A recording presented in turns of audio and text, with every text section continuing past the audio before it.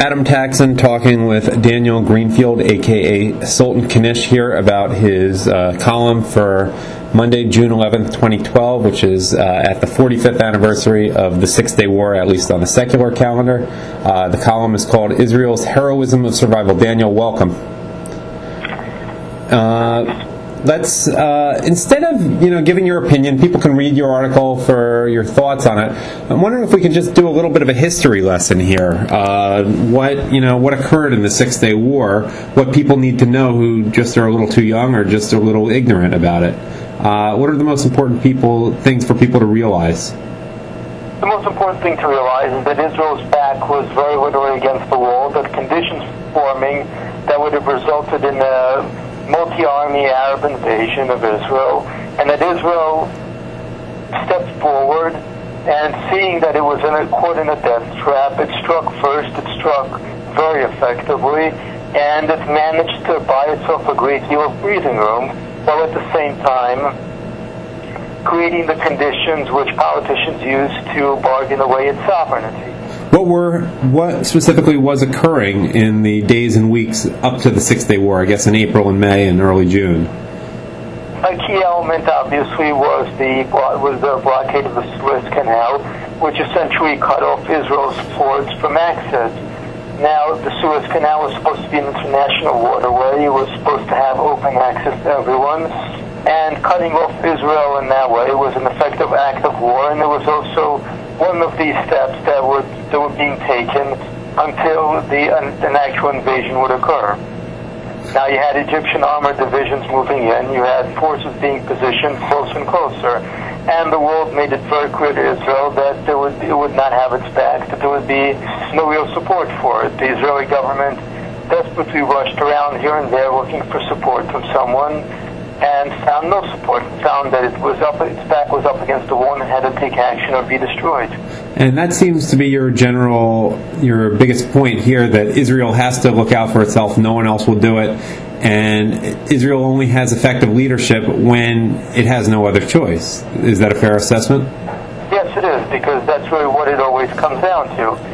Israel's leaders are not really the warmongering type, despite the numerous articles in the media arguing otherwise. Israel's leaders look for compromises.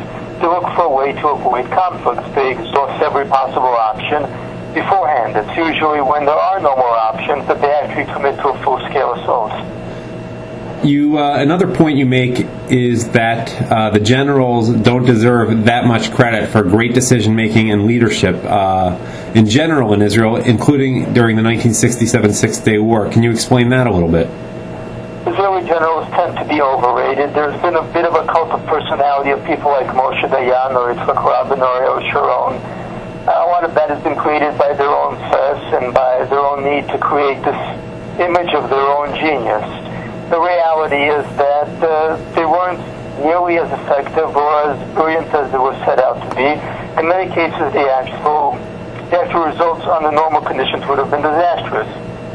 There was Israeli soldiers in the field who managed to pull out victories out of what, under normal circumstances, would have been defeats, not to mention, obviously, divine providence. Yeah, Rabbi Nachman Kahana would definitely mention that one. Finally, it's not the anniversary, but you talk a little bit about the 1973 Yom Kippur War and how vulnerable Israel had left itself. What was the lesson from there, and what was the lesson Israel didn't learn after 1967? The biggest, most obvious difference between 1967 and 1973 between the Six-Day War and Yom Kippur War was that in the Six-Day War, Israel struck first. It didn't ask for permission from the United States. It had to stop worrying about the United States would say and do, and it just went ahead and did it. In 1973, Israel allowed itself to be tied down by Washington, D.C., by Henry Kissinger. It allowed its military to remain static instead of taking decisive action, and so was caught by a surprise attack. It really was not a surprise attack at all, because it could have been easily seen coming. It wasn't a huge surprise, because Israel knew that an attack was coming. It had repeatedly urged that it be given permission to strike. First, it did not receive that permission. Now, there were other elements, which is that Israel's military establishment, political establishment, had badly screwed up in some areas, particularly the Bar-Lev line. But the bottom line was that Israel did not take the initiative. Daniel, thank you for your time as always, and happy 45th anniversary of the Six-Day War.